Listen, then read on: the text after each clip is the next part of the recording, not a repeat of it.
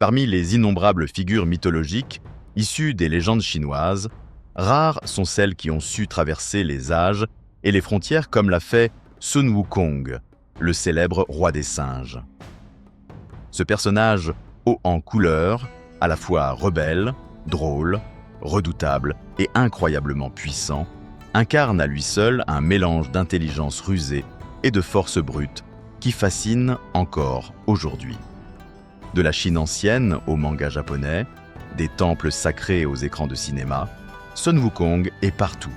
Mais qui est réellement ce singe au tempérament explosif? D'où vient-il?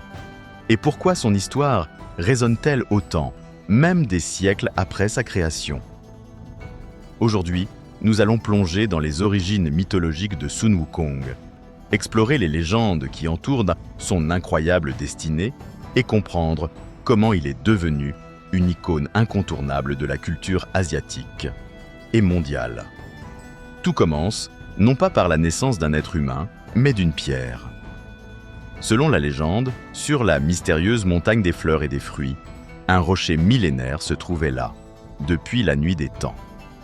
Un jour, ce rocher fut frappé par la foudre, une décharge céleste si puissante qu'elle donna vie à une créature exceptionnelle, un singe doté d'un esprit vif et d'un potentiel sans limite.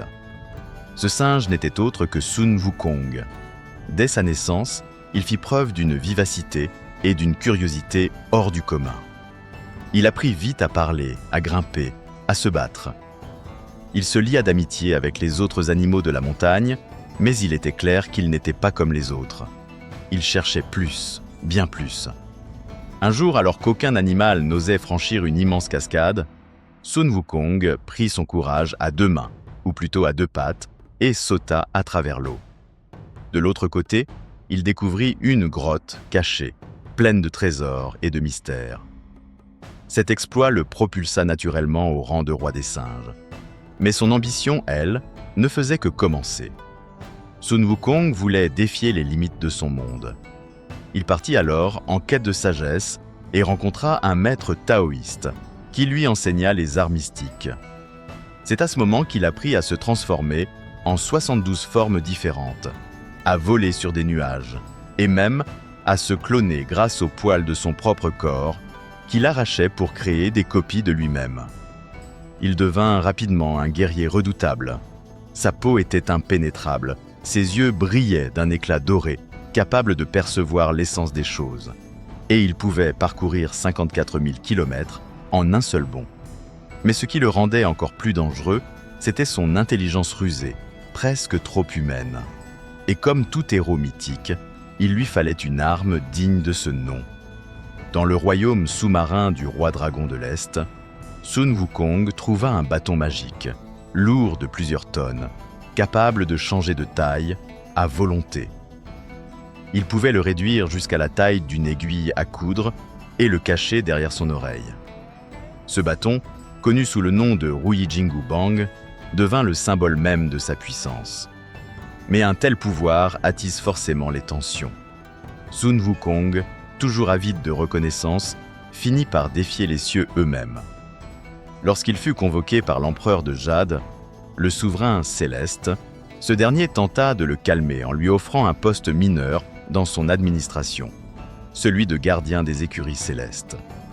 Humilié, Sun Wukong se rebella. Il se proclama lui-même grand sage, égal au ciel, un titre insolent et provocateur. Il saccagea le banquet des immortels, vola les pêches d'immortalité, but le vin céleste et sema le chaos au paradis. L'empereur de Jade, furieux, envoya 100 000 soldats célestes pour l'arrêter. Aucun ne put le vaincre. Même Erlang Shen, un dieu guerrier légendaire, ne parvint pas à le maîtriser.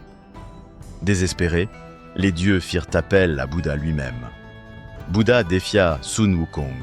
S'il parvenait à quitter la paume de sa main, il aurait sa liberté. Arrogant, le singe bondit à l'autre bout de l'univers, ou du moins, c'est ce qu'il croyait. Mais lorsqu'il urina sur un pilier pour marquer sa victoire, il découvrit qu'il était toujours dans la paume de Bouddha. Piégé, Sun Wukong fut emprisonné sous une montagne pendant 500 ans, incapable de bouger, cloué au sol par un talisman sacré. 5 siècles plus tard, un moine bouddhiste du nom de Tangsanzang fut chargé de se rendre en Inde pour récupérer les sutras sacrés et les ramener en Chine. Pour l'aider dans cette quête, la déesse Guanyin libéra Sun Wukong, à condition qu'il protège le moine et suive ses ordres. Mais pour le contrôler, un bandeau magique fut placé autour de sa tête. Lorsque Tangsanzang récitait un mantra, le bandeau se resserrait et provoquait une douleur intense, rappelant au singe que sa liberté avait un prix. Accompagné de 2 autres compagnons, Jubaji, un ancien dieu transformé en monstre à tête de cochon, et Sha Wujing, un exilé céleste repenti, les 4 personnages parcoururent des terres périlleuses, affrontant démons, épreuves et tentations. À travers ce voyage, Sun Wukong ne fut pas seulement un guerrier, mais un disciple, en quête d'éveil spirituel. Au terme de ce périple, Tangsanzang obtint les textes sacrés, et chacun de ses compagnons reçut une récompense divine. Sun Wukong, pour avoir prouvé sa loyauté et sa bravoure, fut enfin pardonné et obtint le titre de Bouddha des victoires au combat. Ainsi, celui qui fut autrefois un démon arrogant devint un être éveillé, honoré pour l'éternité. Aujourd'hui, Sun Wukong est bien plus qu'un personnage de roman. Il est une icône culturelle. Il a inspiré des générations d'artistes, d'écrivains, de réalisateurs et même de créateurs de mangas. Le célèbre Son Goku de Dragon Ball lui doit presque tout, jusqu'à son nom. Il existe des temples, des statues, des festivals en son honneur. Des adaptations modernes de Voyage en Occident continuent de voir le jour, tant en Asie qu'à l'international. Et même dans le monde numérique, le roi des singes n'a pas dit son dernier mot. Il est la preuve vivante ou mythique qu'un héros peut naître de la pierre, défier les dieux, tomber, se relever et devenir légendaire.